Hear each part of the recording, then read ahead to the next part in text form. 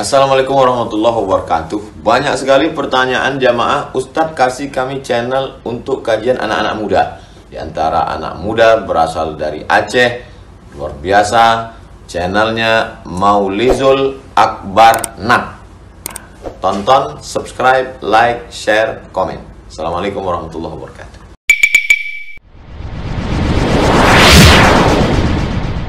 Ciri-ciri orang yang mendapatkan keberkahan.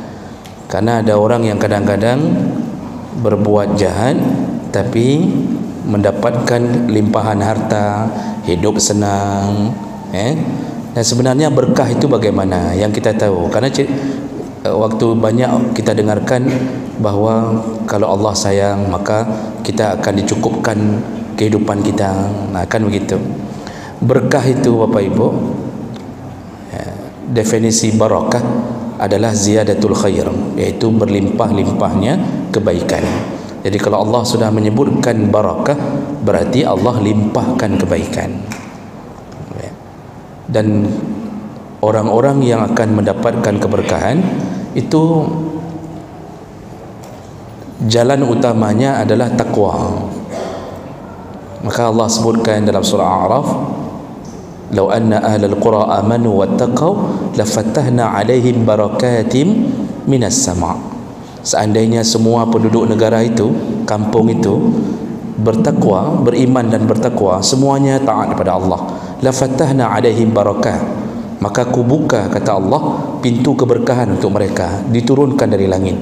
Jadi hujan tidak banjir, air dari bawah tanah juga tidak menyebabkan hancurnya, semua berkah.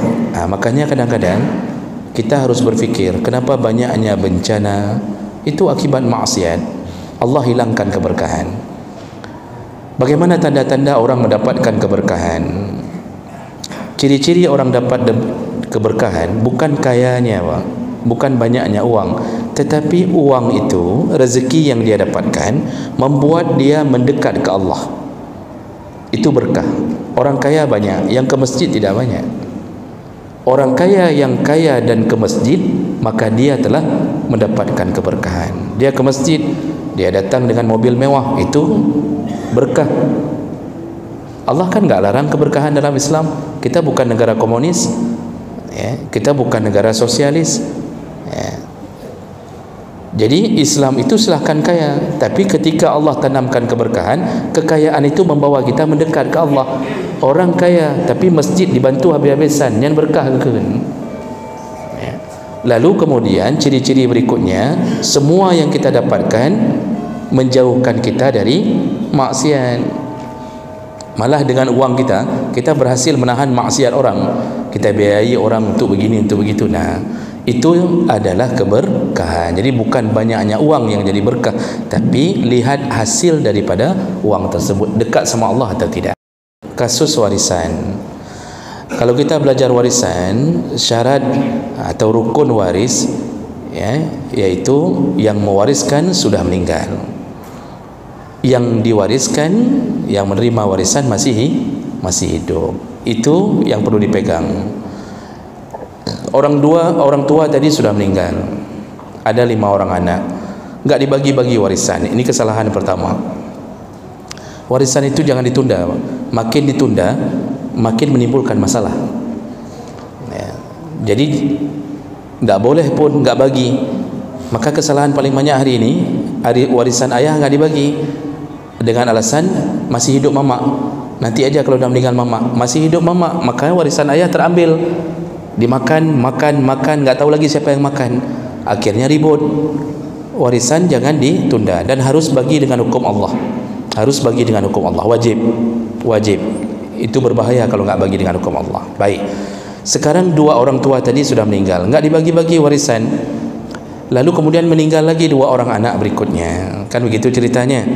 Nah, kemudian waktu mau dibagi, ternyata anak yang 3 orang ini mengatakan yang 2 orang itu sudah meninggal, enggak dapat warisan. Benarkah begitu? Salah.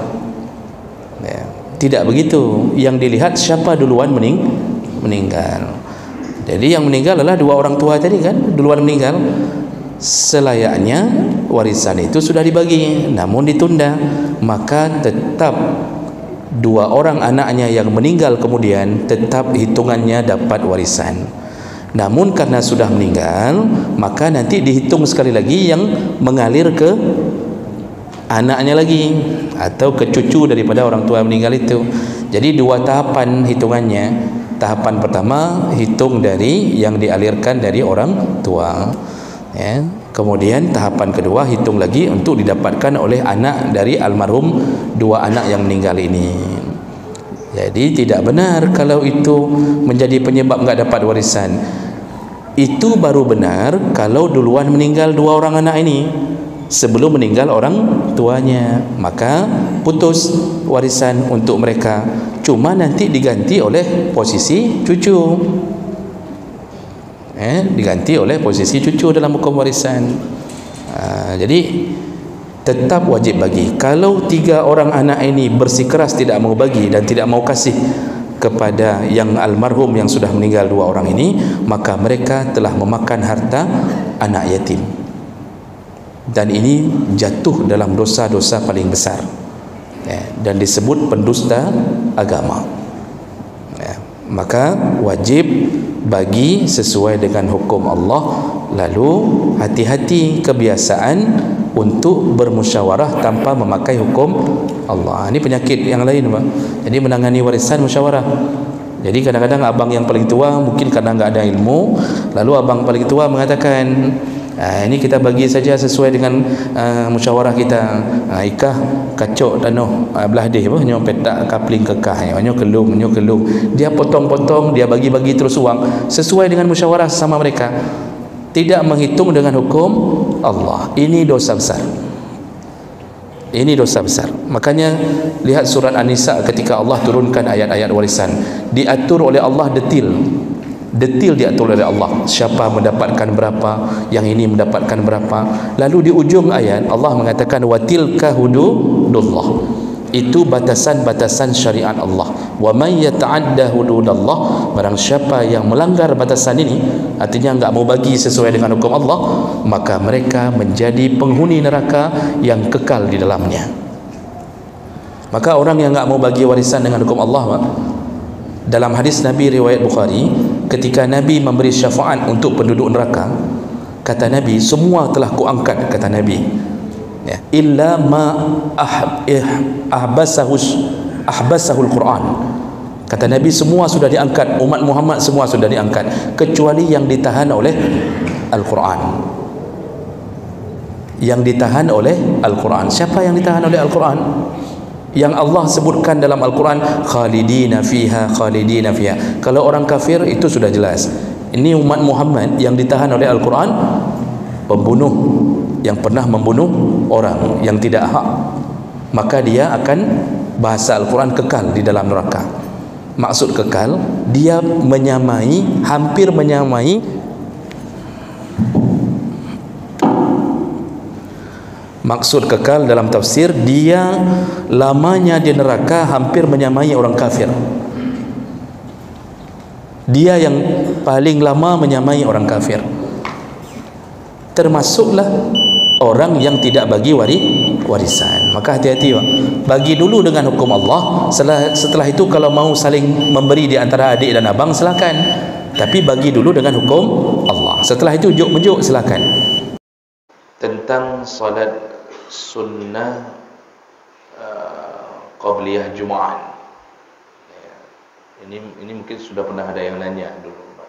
Salat sunnah qabliyah Jumaat ini, itu memang tidak ada dalil khusus yang menyebutkan adanya qabliyah Jumaat. Tidak ada dalil khusus. Silakan dicari, tidak ada.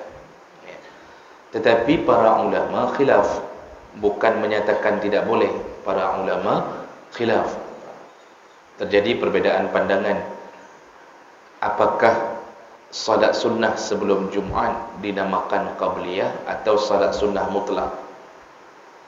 Sebahagian menyatakan, termasuk yang dijelaskan oleh mazhab Syafi'i dan Imam Nawawi menjelaskannya, bahwa bisa saja itu disebut qabliyah Jumaat dengan dalil umum yang tadi kita sebutkan, ma bainal azanain as-salah, di antara dua azan selalu ada salat. Kalaupun itu tidak disebut dengan qabliyah Jumaat, maka tetap disunnahkan memperbanyak salat sampai khatib naik ke atas mimbar. Kan itu amalan yang paling dianjurkan sebelum khatib naik ke atas mimbar. Disuruh salat lagi, salam, salat lagi. Nah, sebahagian yang lain mengatakan tidak ada itu yang namanya qabliyah Jumaat, karena Nabi SAW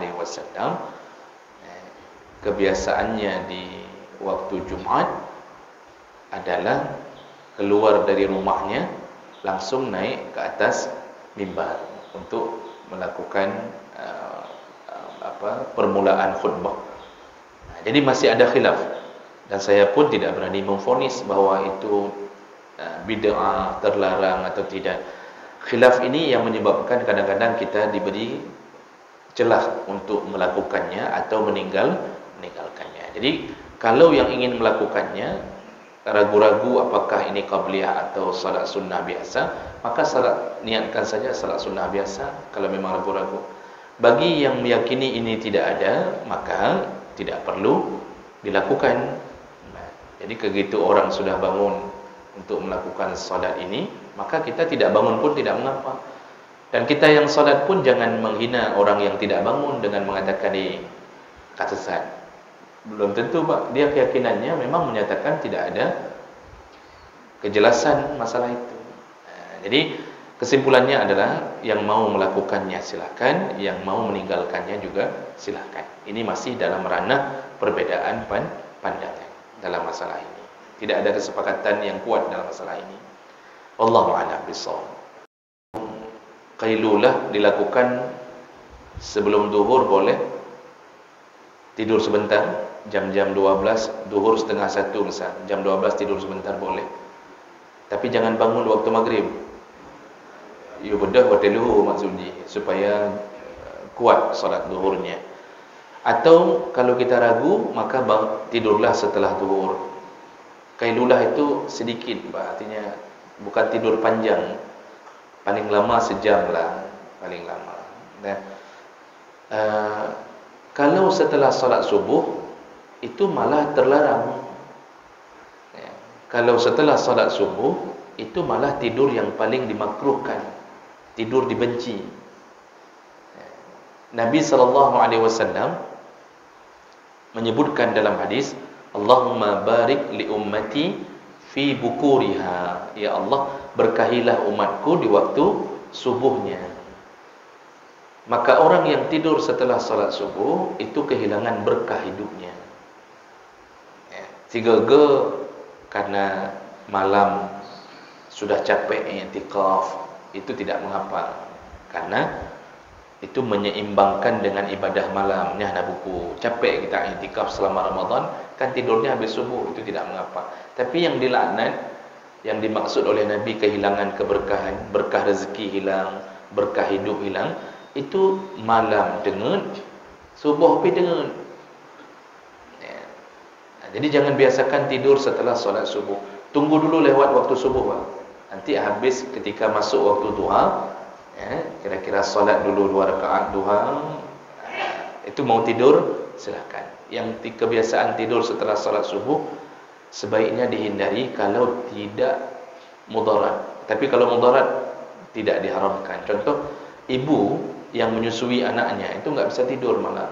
Oh, jam 2 diganggu, jam 3 diganggu. Itu boleh tidur setelah salat subuh. Dibolehkan, tidak mengapa. Tapi kebiasaan yang tidak ada sebab itu yang dilarang, makruh.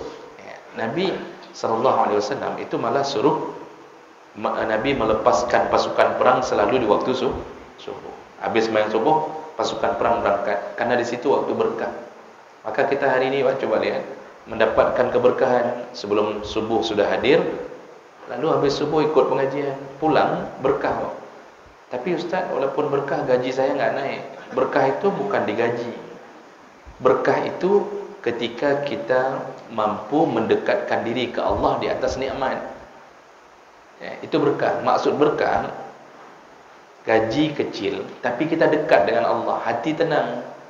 Isteri dekat dengan Allah, hati tenang. Makanya kalau isteri sudah dekat dengan Allah, semuanya tenang. Suami tenang, anak tenang. Wang belanja pun tenang. Isteri enggak minta macam-macam. Kata suami nyompak 500,000 kasih bulin, anak pupu kasih, alhamdulillah. Itu keberkahan. Jadi bukan banyaknya uang, tapi manfaat rezeki itu berkah. Niat itu bukan lebih baik di hati, wajib di hati, tidak boleh di mulut. Niat itu mauqi'uhu fil qalb, tempatnya di hati. Enggak sah solat kalau melafazkan niat di mulut. Jadi begitu takbiratul ihram, mulut kita bergerak antara Allahu Akbar dengan usalli fardha, itu langsung batal salat. Niat itu wajib di hati. Jadi kalau kita ucapkan sebelum takbir, kita berdiri usalli fardha subhi atau seterusnya, itu sebelum takbir dibolehkan karena belum masuk ke dalam salat. Makanya di dalam kitab Majmu' Imam Nawawi mengatakan tujuan kita melafazkan niat sebelum salat untuk memudahkan niat ketika takbir, liyusa'idal lisan al-qalba, kata Imam Nawawi. Itu enggak dianggap niat, tapi seperti orang gladi resik. Jadi sebelum melakukan action dia latihan dulu. Nah, jadi ketika kita berdiri begini usalli fardha, itu belum salat. Itu untuk menolong hati, memperlancar niat supaya tidak terjadi seperti yang disebutkan sampai mulang-ulang. Nah, kenapa bisa terjadi berulang-ulang begitu? Ya, karena kita kadang-kadang terlalu habis-habisan merangkum semua kalimat niat. Padahal niat itu rukunnya cuma 3, qasad, ta'rid, ta'yin. Qasad itu mau ngapain? Mau salat, ucapkan, niatkan usalli. Ta'rid memaparkan salat apa? Ini salat wajib, salat sunnah. Oh, wajib. Usalli fardhat dhuhri. Sudah dapat ta'rid. Ta'yin, ini apa nih? Salat tunai apa salat qada? Oh, kalau qada, qadaan. Kalau tunai, adaan. Itu aja udah. Lalu mustaqbilal kiblat itu bukan rukunnya, itu syarat sah salat. Enggak ucapkan pun harus menghadap kiblat. Walaupun bapak ucapkan tapi enggak menghadap kiblat, tetap hana tahan mayang. Mustaqbilal kiblat aja menghadap Turki ke dia mengucapkan mustaqbilal kiblat tapi enggak menghadap kiblat, enggak salah, enggak sah. Itu syarat sah salat, bukan enggak. Jadi enggak ucapkan pun enggak apa-apa.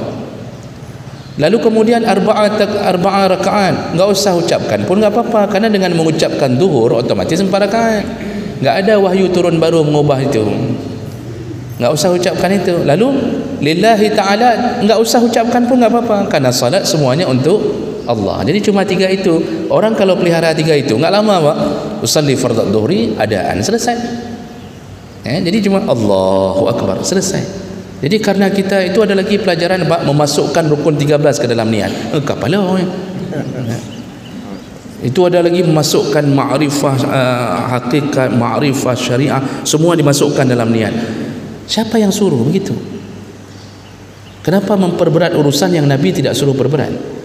Itu dalam mazhab Syafi'i, niat itu diucapkan ketika takbir karena masuk ke dalam rukun solat. Rukun itu internal salat. Dalam 3 mazhab lain, niat itu enggak masuk ke rukun, masuknya ke syarat. Masuknya ke syarat. Jadi kalau belajar fikih Hanafi, Maliki, Hambali, itu enggak masuk ke rukun, masuknya ke syarat. Syarat itu eksternal. Sebelum takbir sudah boleh niat. Makanya Imam Hanafi mengatakan yang penting jangan terlalu jeda dengan terlalu jauh jedanya. Kita mau wudu, itu sudah niat di hati. Wudu untuk salat, itu sudah dianggap niat. Hambali juga begitu, Maliki juga begitu. Makanya 3 mazhab lain ketika berniat salat itu di sini enggak dibersihkan lagi, langsung Allahu Akbar.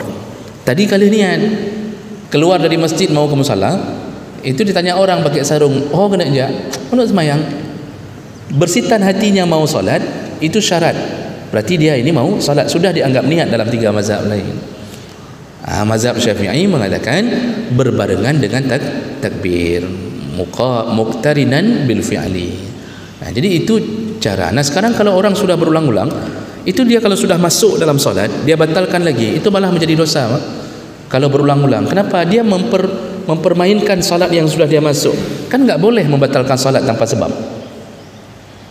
Enggak boleh membatalkan salat suka-suka tanpa sebab. Allahu Akbar. Allahu Akbar. Kecuali salat jenazah, menan takbir sampai 4 kali. Ini enggak. Makanya cukup niat itu ringkas, padat, biar tidak terjadi berulang-ulang. Itu bisa dalam kitab fiqh Islami dalam itu malah itu bisa menyebabkan batalnya solat, dan itu bisa menyebabkan dosa berulang-ulang. Mana duluan? Di masa Nabi betul sahabat memenuhi yang kanan duluan, dan ini dengan beberapa dalil. Mereka penuhi saf pertama, tapi yang dipilih bahagian kanan. Salah satunya karena Nabi SAW selesai solat selalu melihat ke arah kanan, jadi dia balikkan badan kanan, sehingga sahabat berlomba-lomba agar mendapatkan kemuliaan dari pandangan Nabi SAW. Akhirnya sahabat berlomba-lomba dapat yang kanan, namun bukan bermakna disuruh kosongkan yang kiri. Saf pertama itu tetap wajib dipenuhi, maka maksudnya penuhi dulu saf pertama tapi kanan. Begitu kanan penuh, kiri. Sudah? Tapi antara kanan dan kiri kalau berada di saf pertama, itu tetap orang yang paling mulia dalam solat. Paling mulia dalam solat yang di saf pertama. Kecuali enggak sah, bukan enggak sah, tidak dapat pahala jamaah ketika kanan semua.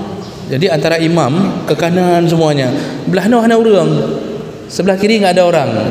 Jadi kan singit sampai masjidnya singit ke kanan. Ini yang begini baru hilang pahala jamaah.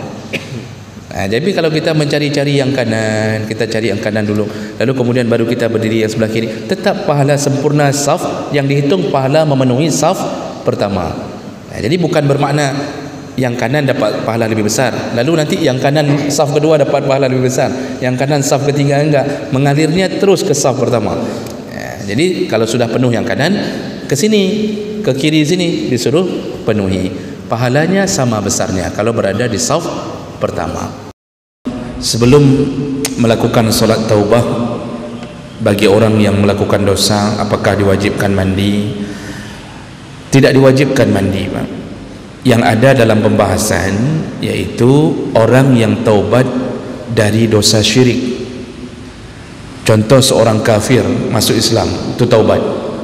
Nah, ketika masuk Islam setelah disyahadatkan, disunnahkan mandi, bukan diwajibkan. Itu yang ada dalam pembahasan kita. Tapi kalau orang yang berdosa setiap hari, pulang dari komplek lokalisasi pelacuran, lalu mandi, yang memang wajib mandi karena baru berzina. Jadi bukan wajib mandi karena dosanya. Jadi dosa yang diulang-ulang itu bukan mandi yang menjadi tujuan, tetapi niat untuk taubat itu yang menjadi inti. Kalau masalah salat taubah ini pun, itu pun hukumnya sunnah, bukan wajib. Ada orang yang mungkin tidak melakukan salat taubah, tapi dia sudah mendapatkan kriteria taubat, karena taubat itu ada 5 syarat lain. Salat itu hanya sekedar proses menuju taubat, tapi intinya taubat itu baru dianggap taubat.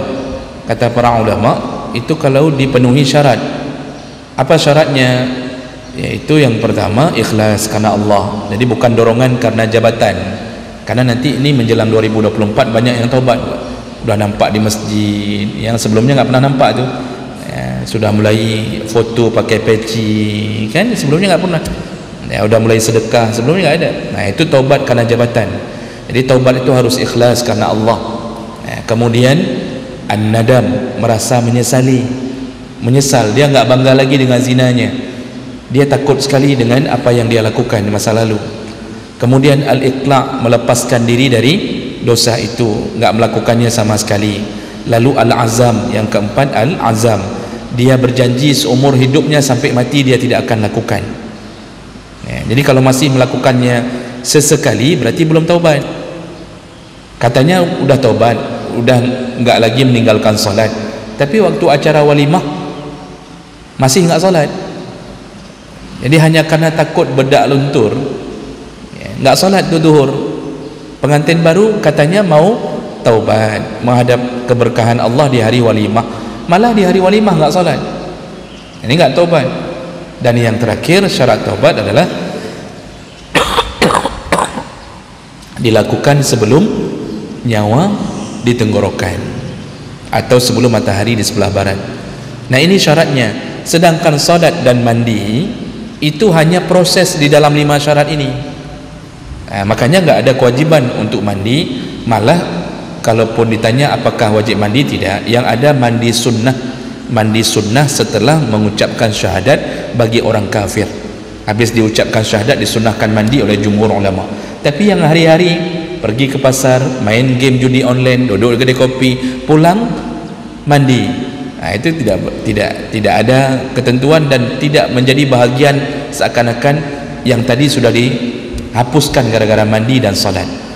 Malah tadi Allah katakan kan, kalau sudah salat taubat, ulang lagi dosa yang sama, besok salat taubat lagi, ulang lagi dosa yang sama, malah itu tidak diterima taubatnya oleh Allah SWT. Jadi taubat itu lebih kepada hati yang taubat, hati yang taubat. Baik, kira-kira begitu. Jadi bukanlah sebuah kewajiban mandi itu. Proses dosa yang sering dilakukan salah satunya riba dalam dunia pinjam meminjam. Jadi pinjam meminjam yang jatuh dalam riba itu nggak mesti di atas nama bank. Kita pun bisa hari-hari melakukannya, Pak. Kuncinya hadis Nabi, walaupun hadis ini dihukumi dhaif, tetapi semua ulama menjadikan hadis ini sandaran untuk mengetahui riba dalam pinjam meminjam. Apa kata Nabi? Kullu qardin jarra fihi manfa'ah fahuwa wajhun min wujuhir riba. Setiap pinjam meminjam qirat atau hutang piutang yang diambil manfaat dari hutang piutang itu, maka jatuhlah ke dalam riba. Bank konvensional terutama itu salah satu pelaku terbesar. Meminjamkan uang 200 juta lalu dia minta kembali 300 juta dalam masa kredit tanpa terjadi jual beli, otomatis jatuh ke dalam riba. Itu dosa besar. Nanti yang masuk neraka bukan kantornya, tapi orang yang bekerja dan orang yang meminjam. Jadi jangan kira nanti di dalam neraka itu ada kantor-kantor bank konvensional, enggak. Siapa yang mengelolanya? Itu yang perlu diingat. Karena hari ini pegawai bank merasa aman, merasa kantornya yang masuk. Tidak. Yang mengelola, yang tanda tangan, yang mengizinkan, yang meminjam. Nah, itu salah satu pelaku. Bank syariat atau yang bernuansa syariat itu pun bisa jatuh kembali ke dalam dosa riba, walaupun ditulis besar-besar syariat kalau melakukan praktek yang sama. Jadi bukan bermakna dengan ditulis syariat sudah aman. Kalau masih memakai sistem meminjamkan uang tanpa terjadi jual beli, maka jatuhlah kembali ke dalam dunia riba. Maka dalam syariat itu solusinya adalah melakukan murabahah. Murabahah itu kita nggak minjam uang, kita datang ke bank, kita minta bank untuk membeli barang yang kita inginkan. Barang itu dibeli sempurna oleh bank. Kita mau buat rumah, minta ke bank tolong beli rumah itu, lalu beli milik bank, sudah di atas tanda tangan milik bank, surat-surat sudah milik bank, lalu barulah kita menjadi pembeli dari bank. Jadi kita terjadi jual beli. Nanti harga rumah itu dibeli oleh bank 200 juta, dijual ke kita 350 juta, Pak. Dengan cara kredit jual beli, bukan kredit pinjam minjam. Bahkan bisa lebih besar kredit ini daripada kredit pinjam, tapi hukumnya sah karena terjadi jual beli, bukan terjadi pinjam minjam. Itu salah satu solusi dalam bank-bank syariat. Makanya bank syariat yang betul-betul syariat itu nggak mau meminjamkan uang, tapi mereka akan membeli barang, dan itu harus sempurna menjadi milik bank dulu, karena nanti ada model pengelabuan lagi, Pak, dikelabui lagi. Jadi bank menyuruh kita untuk mengambil barang tanpa terjadi pemindahan hak milik. Kita dianggap wakilah bank. Kita mau beli motor, kita disuruh langsung ke showroom, ambil aja motornya, nanti kami bayar motor itu. Itu sama dengan meminjamkan uang kepada orang ini. Seharusnya bank beli dulu motor itu sempurna menjadi milik dia, baru dia jual ke orang ini. Nah, jadi ada pengelabuan lagi. Ya, aneh memang. Allah beri pintu surga ini, tapi sukanya neraka. Dikelabui sampai masuk lagi.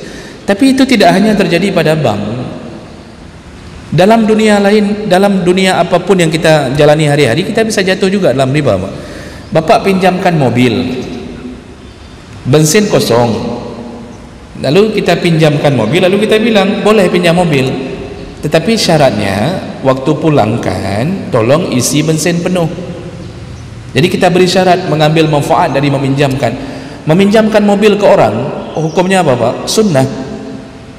Sunnah, karena itu berpahala. Apalagi tetangga kita sakit, tetangga kita nggak ada mobil, mau bawa orang tuanya ke rumah sakit, atau mau bawa ke Banda Aceh, dia pinjam mobil, di sini nggak bisa ditangani, kita bilang boleh nih pinjam mobil. Itu sunnah. Itu sepanjang mobil itu dipinjam, kita dapat pahala. Pahalanya lebih besar daripada pahala sedekah. Di pintu surga itu tertulis as-sadaqatu bi asyri amsalihah. Engkau beri sedekah, pahalamu 10 kali lipat. Wal qirat, sedangkan memberi pinjaman sama niyata asyar, 18 kali lipat. Lebih besar pahala memberi pinjaman, memberi utang daripada memberi sedekah. Kenapa bisa begitu? Ini hadis Bukhari Muslim. Karena memberi sedekah belum tentu orang itu butuh, tapi memberi utang sudah pasti orang itu butuh. Dia datang ke rumah kita, dia ketuk pintu, Pak, nampak pinjam motor tiap, pinjamlah, kami udah bingung ini, mau bawa ke bandar ni anak, harus dibawa lari ke bandar emergency, kita pinjamkan mobil Pak. Berapa kali lipat pahalanya? 18 kali lipat. Sayangnya kita lalu memberi syarat, boleh pinjam mobil, tetapi nanti waktu bawa pulang ini bensin penuh ya, tolong isi premiumnya penuh, lalu kemudian ini ban tolong ganti ban baru. Jadi kita beri syarat, kita ambil manfaat. Itu semua jatuh ke riba ya. Ini pinjam uang 100.000, tapi nanti pulangkan ya, paham lah ya, tolonglah 110.000 lah paling kurang, itu riba. Jadi mudah-mudahan begitu. Nah inilah dunia pinjam meminjam yang jatuh ke dalam dosa besar. Harus segera taubat, harus segera taubat. Ketika kita mendapatkan suatu musibah, apakah itu ujian atau bala atau azab untuk kita, dari mana kita bisa membedakannya? Kita bisa membedakan itu melihat keadaan kita sendiri Pak. Kita yang merasakannya, ini ujian yang menguji iman atau sebagai bala. Bala dalam tanda kutip itu azab untuk kita. Yang tahu itu kita, yang bisa membedakannya kita. Siapa kita sebelum bala itu datang? Kalau kita orang yang beriman, taat pada Allah, salat, kita baik dengan tetangga, semua kita lakukan dengan baik, tiba-tiba rumah kita terbakar, maka itu datangnya ujian ya, untuk menaikkan derajat kita. Dan itu yang Allah berikan kepada para nabi. Apa salah Nabi Yusuf sehingga harus dimasukkan ke sumur, masuk ke penjara berpuluh tahun, digoda oleh seorang wanita, istri dari pembesar Zulaikha ya. Tapi kemudian Zulaikha tidak mau mengakui bahwa dia yang mencoba menggoda Yusuf. Akhirnya demi mempertahankan nama baik istana, Yusuf dikorbankan, Zulaikha dibebaskan. Itu terus berulang Pak. Kejadian itu akan terus berulang. Nggak ada salah Yusuf, tapi diuji Allah. Itu ujian untuk memberikan derajat yang lebih tinggi. Jadi kita yang tahu Nabi Musa nggak ada salahnya sampai dikejar-kejar oleh Firaun. Nabi Ibrahim dibakar, orang-orang saleh ashabul ukhdud mempertahankan iman dicampakkan ke dalam parit yang penuh dengan api. Semua diberi oleh Allah. Wala nabluwannakum, semuanya aku beri bala kata Allah, tapi bentuknya ujian menaikkan derajat. Kalau sebelum ujian itu datang kita tidak melakukan maksiat, itu kebaikan untuk kita. Wa basyiris sabirin, berikan kabar gembira kepada yang sabar kata Allah. Jadi hanya sekedar proses menuju ke tempat yang lebih tinggi. Kita aja buat ujian mana anak mau naik kelas, ikut ujian dulu, ada midterm, ada final. Bagi orang yang belajar tentu dia menderita dalam belajarnya, tapi lulus. Waktu dia belajar pasti dia merasakan kesulitan, siang malam belajar demi final, tapi lulus. Itulah maksud daripada ujian. Tapi yang model azab itu datang hanya kepada mereka yang melawan Allah Subhanahu wa taala. Jadi diundang azab itu diundang. Rasulullah sallallahu alaihi wasallam itu mengatakan iza dhaharatiz zina war riba, kalau sudah nyata menghalalkan, melegalkan zina dan riba, faqad ahallu anfusahum bi'azabillah, maka penduduk kampung itu telah menghalalkan, mengundang azab Allah. Nah ini beda, berarti sudah azab yang datang, berarti sebelumnya terjadi maksiat. Allah alam. Semua kejadian tergantung yang terima. Waktu kita tsunami, sebahagian menganggap itu ujian, sebahagian menganggap itu azab, tergantung siapa kita. Cianjur hari ini sebahagian menganggap azab, sebahagian menganggap ujian. Semua pasti begitu turunnya. Jadi itu cara membedakannya, siapa kita sebelum datangnya azab. Kalau seandainya kita salat sebelum datangnya waktu subuh, lalu kemudian terdengar suara azan, kita batalkan salat kita atau tidak? Perlu? Jangan batalkan, Pak, karena tadi kita waktu memulai salat kita berada di dalam waktu yang belum masuk waktu subuh, walaupun sedang azan, sempurnakan saja. Dan itu pernah ada dalam hadis Nabi sallallahu alaihi wasallam, ada dalam hadis Nabi tentang bertemunya tahajud dengan waktu masuk subuh, sehingga Rasulullah mengatakan kalau tidak cukup waktu untukmu, cukupkan witir hanya 1 rakaat. Itu sudah beradu tu dengan masuknya waktu subuh. Nah, ketika azan berbunyi, kita dianggap tadi memulai salat di dalam waktunya, jadi tidak perlu batalkan. Pertanyaan kedua dan yang terakhir, bolehkah kita berniat ini waktu tinggal sedikit lagi, kita ambil yang qabliyah sajalah, misal. Bolehkah? Boleh, karena kedua-duanya sunnah. Nah, dua-duanya sunnah. Namun kalau setiap hari, setiap malam terjadi begitu, kita masuk ke dalam jurang-jurang kemunafikan. Jadi tiap-tiap malam begitu, 2 menit lagi mau azan, kita terbangun dan kemudian nanti ambil qabliyah aja lah, sehingga sudah 15 tahun nggak pernah salat tahajud. Nah itu hati-hati, berarti kita kalah oleh syaitan dan ada sifat nifaq, malas untuk membangunkan diri waktu salat. Nah, itu yang perlu dihati-hatikan. Seorang yang meninggal sebelum bertaubat dari dosa-dosanya, apakah bisa anak-anaknya memohon taubat untuk ayahnya dengan berbagai doa? Apakah Rabbighfirli, dia mohonkan ampun segala macam. Nah ini berhubungan dengan pertanyaan Pak Anwar juga. Allah memberi kesempatan taubat. Ada 2 waktu, batas waktu. Yang pertama, batasan waktu yang berhubungan dengan manusia secara pribadi, yaitu hatta yugharghir. Yugharghir, suara gharghir ketika sakarat. Kalau sudah sampai di tenggorokan, maka taubat tertutup, tidak diterima. Fir'aun juga taubat. Dalam Al-Quran, Fir'aun taubat. Kapan dia taubat? Ketika di hujung hidupnya, dia hampir tenggelam, lalu dia ucapkan bahwa aku beriman kepada Tuhanmu wahai Musa. Tapi ternyata Allah tolak taubatnya. Bahkan Jibril pun saking bencinya kepada Fir'aun, dia sumpal mulut Fir'aun. Dalam hadis sahih, dia sumpal mulut Fir'aun, bencinya kepada Fir'aun. Jadi taubat kalau tidak dilakukan sebelum waktu batasan itu. Nah, tadi ada 2 waktu yang diberi oleh Allah. Pertama, kerongkongan, nyawa berada di tenggorokan. Yang kedua secara umum untuk dunia, yaitu sebelum matahari berada keluar dari sebelah barat.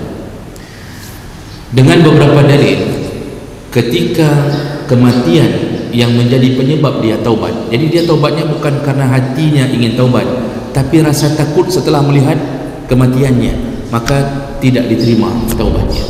Jadi bahasa tenggorokan itu sebenarnya, kalau banyak tafsiran para ulama, itu bukan bahasa bahwa nyawa itu sudah sampai di sini.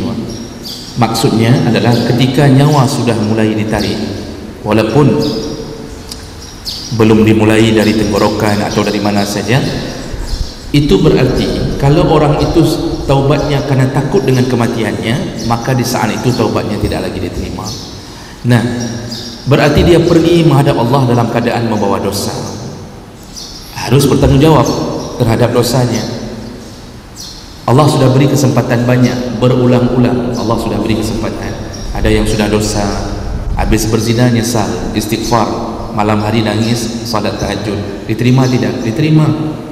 Allah mengatakan, kalau engkau melakukan dosa berulang-ulang, ananas sama, setinggi langit, dosamu kalau ditumpuk setinggi langit, lalu engkau memohon ampun kepada aku, kalau engkau memohon ampun kepada aku, la ghafartuka, kata Allah, ku ampunkan engkau, dalam hadis qudsi, walaupun dosamu setinggi langit. Syaratnya jangan tunggu kematian, segera. Allah juga katakan dalam Al-Quran, kata Allah, innamat taubatu lillazina ya'maluna su'a bijahalatin summa yatubuna min qarib. Taubat itu, kata Allah, innamat taubah lillazina ya'maluna su', orang yang melakukan dosa bijahalah, dia tidak tahu itu dosa. Jadi bukan ulok-ulok, bukan disengaja, lakukan lagi besok, lakukan enggak, dia tidak tahu itu dosa. Ketika dia tahu itu dosa, yatubuna min qarib, segera dia taubat. Itu taubat yang diterima. Makanya orang yang mengulang-ulang dosa, orang yang mengulang-ulang dosa terus, akhirnya dia menghadapi dua pilihan, mati dalam keadaan dosa atau mati dalam keadaan taubat. Mati dalam keadaan dosa, maka dia membawa dosa, taubatnya tidak dianggap oleh Allah, harus terima efek. Sekarang jadi masalah, anaknya memohon ampun, mohon ampunan anak, amal jariahnya, dia pernah wakaf di masjid, tetap Allah tidak akan hapuskan itu. Selama yang diwakafkan bukan harta haram, tetap Allah berikan janjinya, Allah tidak langgar janji. Jadi misal orang jahat zina, tapi kalau dia punya uang dia sedekah, tetap itu jariah dia, wakaf tetap jariah dia. Dia punya anak saleh, bapaknya tidak saleh, anaknya saleh, lalu anaknya angkat tangan, Rabbighfirli, itu bukan untuk mengampunkan ayahnya seakan-akan tidak berdosa sama sekali, tetapi itu hanya meringankan urusan ayahnya. Itu pun kalau anak ini saleh karena dibimbing oleh ayah yang meninggal ini. Tapi kalau model ayah dari kecil anak campak bayi di depan rumah orang, lalu pergi, tiba-tiba anak ini saleh, dididik oleh orang yang punya pintu rumah itu, ini tidak berefek pada ayah itu. Gak ada andil membuat anak ini saleh. Itu yang dimaksud jariahnya, ada andil kita membuat anak ini saleh. Jadi itu semua doa-doa itu hanya meringankan urusan, yang dosa tetap tanggung jawab, kecuali Allah memaafkan. Itu urusan Allah, tapi Allah tidak langgar janji. Allah memaafkan itu lima yasha, yaghfiru lima yasha. Jadi enggak semua dapat, yang Allah inginkan saja. Jadi ini yang perlu adalah taubat, jangan tunggu anak yang doa, perlu kita yang taubat. Diberi rasa sakit waktu sakarat, lalu kemudian nyawa kalau sudah berada di tenggorokan, kita tidak bisa lagi mendapatkan taubat. Ini Bapak Ibu yang Allah muliakan, ini berhubungan ya. Artinya apa yang kita dapatkan dari rasa sakit itu pemberian Allah, bukan permintaan kita. Orang yang pendosa meninggal, sakaratnya sakit, tapi sakitnya itu kalau dia mukmin tetap bisa menghapus dosa, tapi bukan dosa-dosa yang dia tidak ada rencana taubat.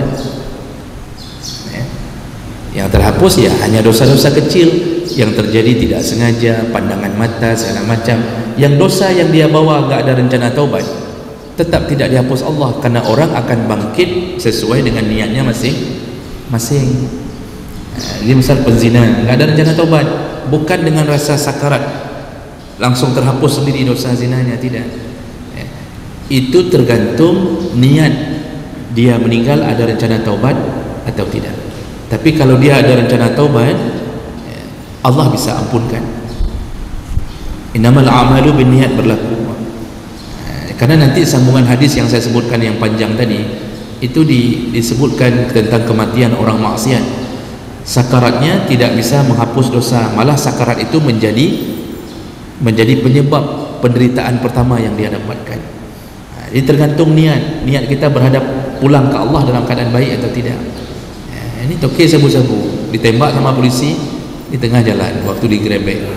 Lalu kemudian ketika sakarat, tiba-tiba sakaratnya menghapuskan dosanya, enggak, karena dia enggak ada niat untuk kembali ke Allah dengan cara yang baik.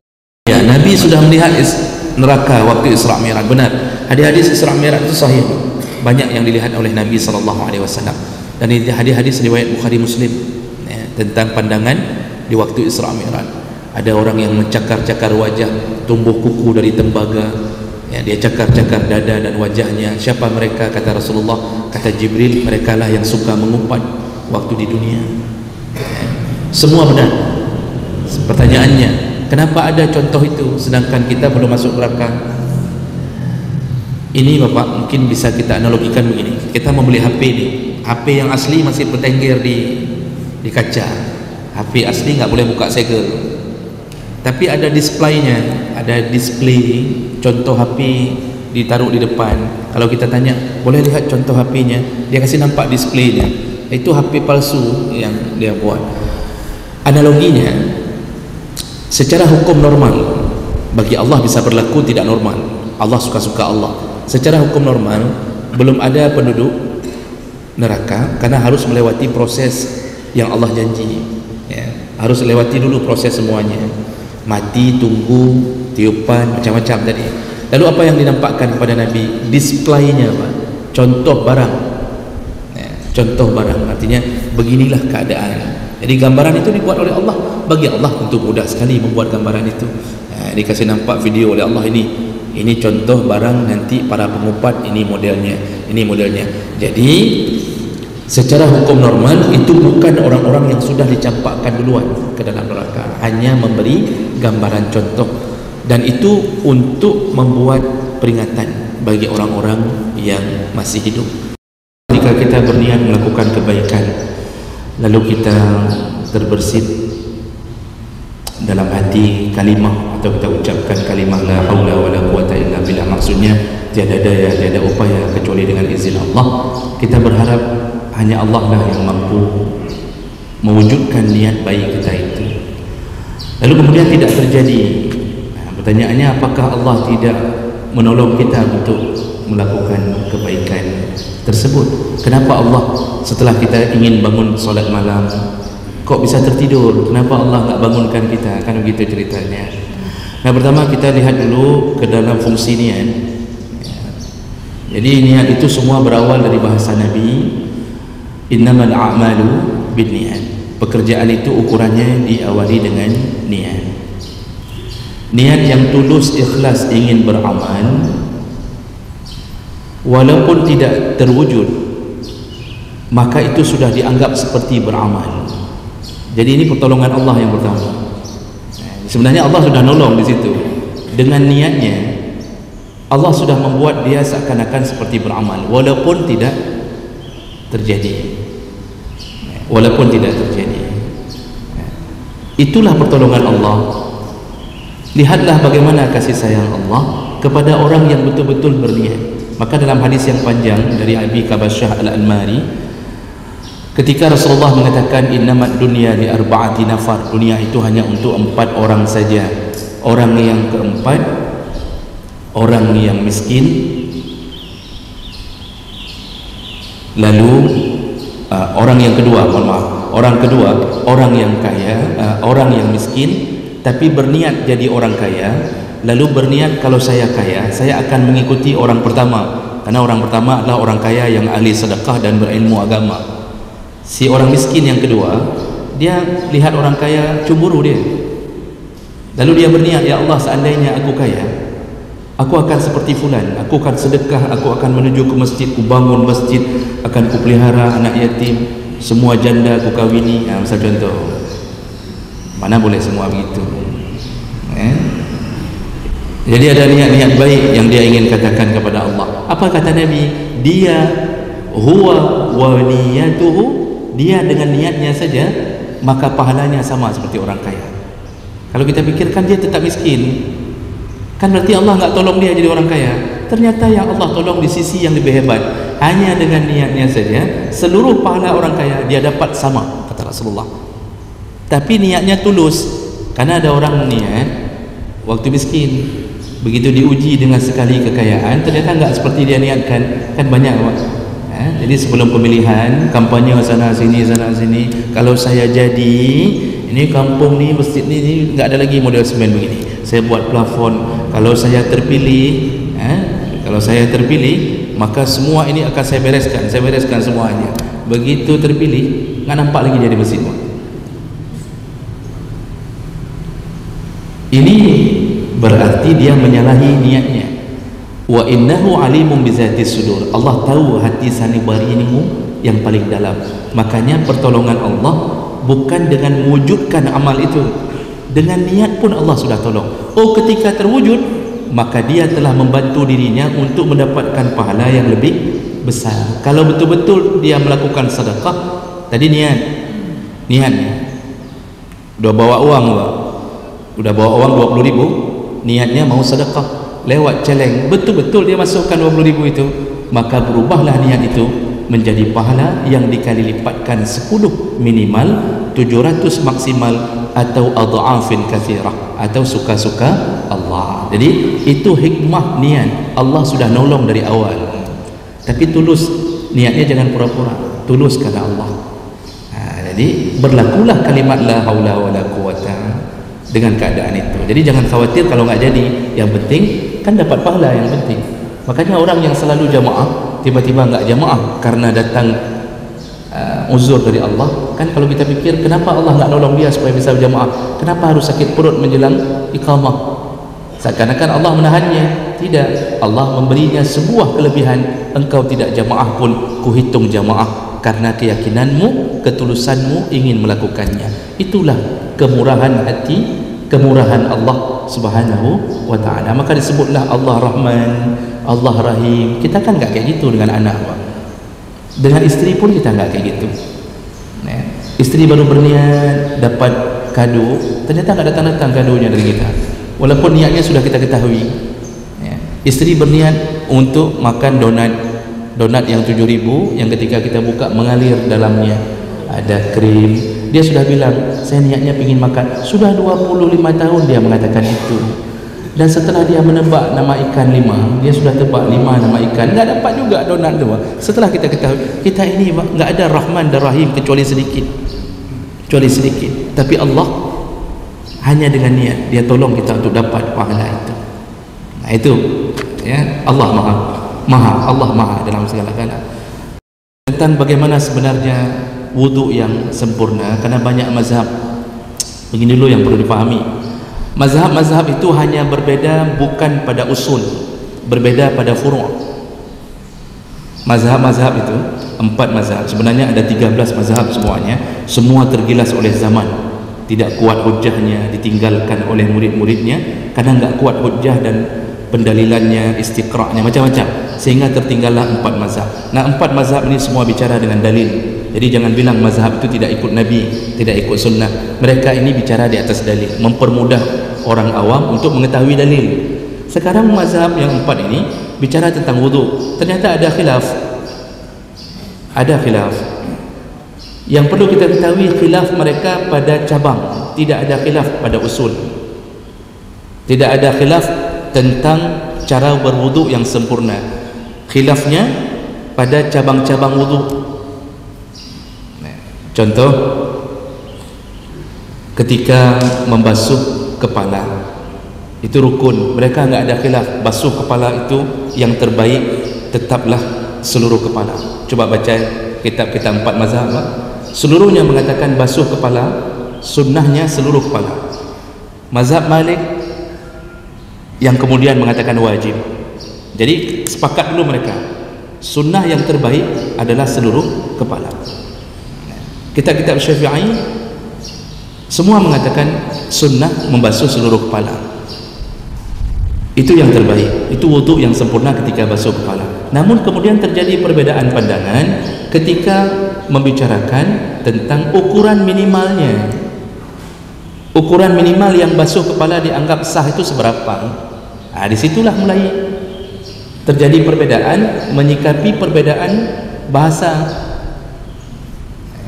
Jadi karena Allah memakai famsahu bi ru'usikum, ketika Allah mengatakan basuhlah bi bi ru'usikum, dengan kepalamu. Bi itu dalam bahasa Arab maknanya ada beberapa makna, bisa lil ilsaq, bisa lit tab'in, bisa untuk seluruh, bisa untuk setengah. Maka mazhab Malik mengambil makna lil ilsaq. Bi itu bi melengket, bi lengket, bi lengket seluruh kepala, wajib seluruh kepala dalam mazhab Malik. Mazhab Syafi'i bi itu bi lit tab'in, setengah, masuk setengah, sedikit saja sudah sah. Mazhab Hanafi ke nasiyah, ke ubun. Jadi mazhab Hanafi minimal segini, di ubun. Itu pembicaraan di cabang. Kalau begitu, tidak ada perbedaan pada usul, pada yang ikut yang Nabi lakukan bagaimana, enggak ada perbedaan. Maka kalau ditanya wuduk yang sempurna bagaimana, ikutlah wuduknya Nabi sallallahu alaihi wasallam. Bagaimana cara kita tahu ikut wuduk Nabi? Amalkan yang rukun, sempurnakan dengan yang sunnah. Yang rukun 6, dari niat sampai tertib. Yang sunnah dalam wuduk banyak, mulai dari disuruh berkumur-kumur, lalu masukkan air ke hidung, lakukan 3 kali, kanan duluan, gosok setiap kali anggota ini, masukkan takhlil di celah-celah jari kaki, jari tangan, masukkan ke sini, lalu kemudian berdoalah selesai berwudu. Itu semua sunnah. Lakukan itu, dapatlah isbaghul wudu, dapatlah sempurnanya wudu. Kalau sudah sempurna, dibangkitkan dalam keadaan keluar cahaya di tubuhnya, di anggota wudunya, lalu kemudian dimasukkan ke dalam surga. Disuruh pilih surga mana yang engkau suka, hanya dengan sempurna wudu. Jadi tetap ujungnya ke Nabi. Jadi yang bicara khilaf-khilaf ni, itu semuanya hanya permasalahan kecil. Jadi bicara maksimal. Jadi orang yang salah menjelaskan, kadang-kadang dalam mazhab Syafi'i yang salah dijelaskan ketika seorang guru menjelaskan begini, dalam mazhab Syafi'i wudu itu cukup hanya sehelai rambut. Tidak disebutkan mazhab Syafi'i menyunahkan seluruh kepala, enggak disebutkan. Akibatnya orang-orang bermazhab Syafi'i hari ini mengira Syafi'i menyuruh sehelai rambut, padahal yang sedang dibicarakan dalam kitab minimal engkau sah wudu sehelai rambut, minimal. Tapi itu tidak jadi amalan utama. Yang utama tetap seluruh kepala. Dia tergantung orang menjelaskan. Salah jelaskan, salah diamalkan. Maka coba lihat hari ini saudara-saudara kita yang kita bermazhab Syafi'i, di tempat wudu tahan air gini saja 3 kali. Salah, bukan salah tidak sah, bukan itu yang utama. Yang utama tetap seluruh kepala. InsyaAllah terikut sendiri dengan wuduknya Nabi sallallahu alaihi wasallam. Kira-kira begitu. Syarat mustautin memang itu menjadi syarat utama sahnya Jumat. Muqim bukan mustautin, tapi mustautin sudah pasti muqim. Jadi muqim itu perlu diperjelas dulu. Muqim wajib Jumat, tapi bukan sebagai bilangan sahnya Jumat. Yang disebut muqim ketika sudah merencanakan menetap di satu tempat melebihi 3 hari, itu sudah disebut muqim. Maka orang-orang yang tinggal di satu pesantren datang, nanti pulangnya setelah 6 bulan, itu sudah disebut muqim.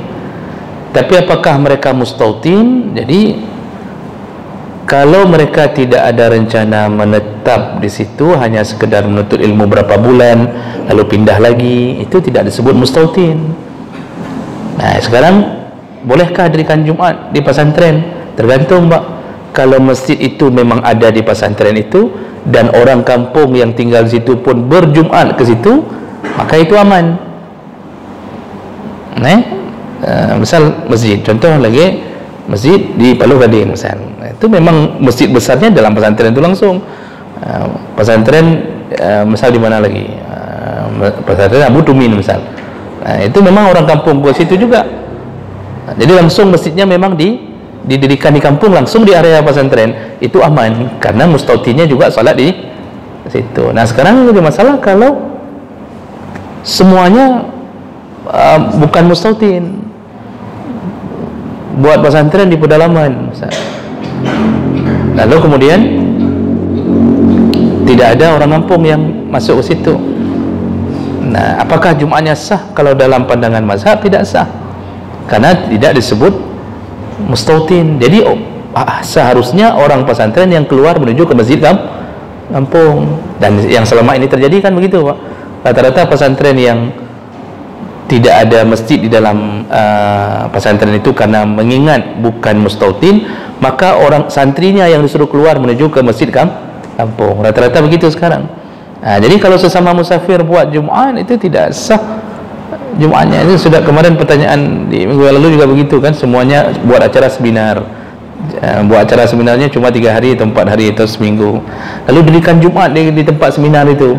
Jumlah ramai memang yang ikut seminar 200 orang. Sahkah Jumatnya? Tidak sah. Menurut mazhab Syafi'i dan Hambali tidak sah. Dalam semua mazhab pun tidak sah kalau masalah mustautin itu. Jadi itu tergantung posisi pesantren, apakah masjid itu dikunjungi oleh orang kampung atau tidak.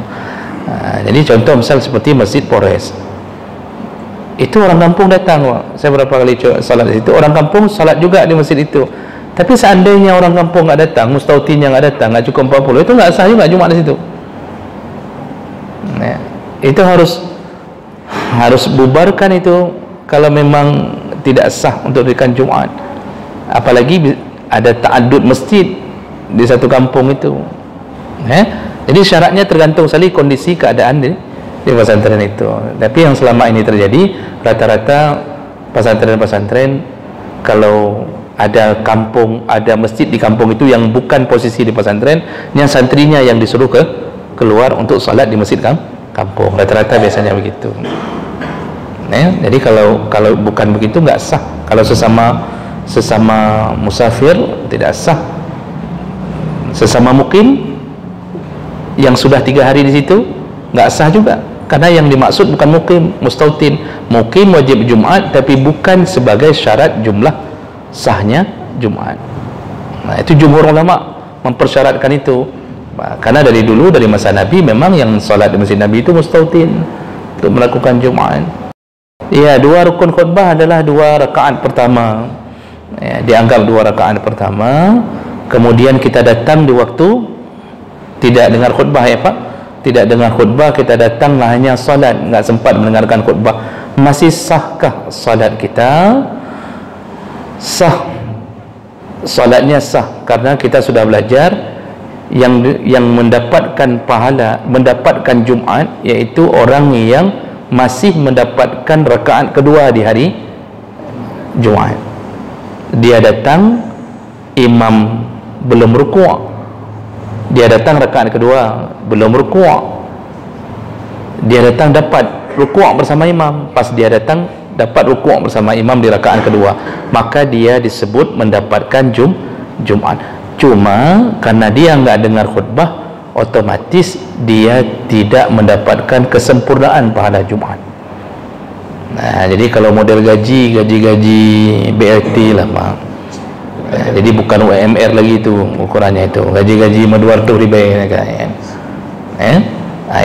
Itu yang jadi masalah. Tapi Jumatnya dianggap selama dia datang masih mendapatkan rakaat kedua di salat Jumat itu. Kemudian para ulama nanti berbeda pandangan mendengarkan khutbah wajib atau sunnah. Itu nanti ada khilaf. Ada khilaf. Yang mengatakan wajib otomatis berdosa, walaupun salat Jumatnya sah tapi berdosa, datang terlambat nggak dengar khutbah. Yang mengatakan hanya sunnah menganggap aman, cuma kekurangan pahala saja. Dulu di masa Nabi azan sekali, hanya ketika khatib sudah berada di atas mimbar. Di masa Abu Bakar sekali, di masa Umar sekali, di masa Utsman. Semakin luas area Islam, area perluasan Islam, penduduk semakin ramai, jumlah orang Islam semakin ramai, juga sudah jauh-jauh, tinggalnya jauh-jauh karena semakin ramai tadi. Akhirnya Utsman berijtihad, lakukan azan 2 kali. Azan pertama dimaksudkan untuk memberi peringatan yang tinggal jauh-jauh, sudah datang waktu Jumat. Jadi ketika azan kedua khatib di atas mimbar, orang sudah tahu duluan dari tadi bahwa sudah datang waktu Jumat. Maka berlakunya azan 2 kali itu adalah amalan dari Utsman bin Affan. Sudah.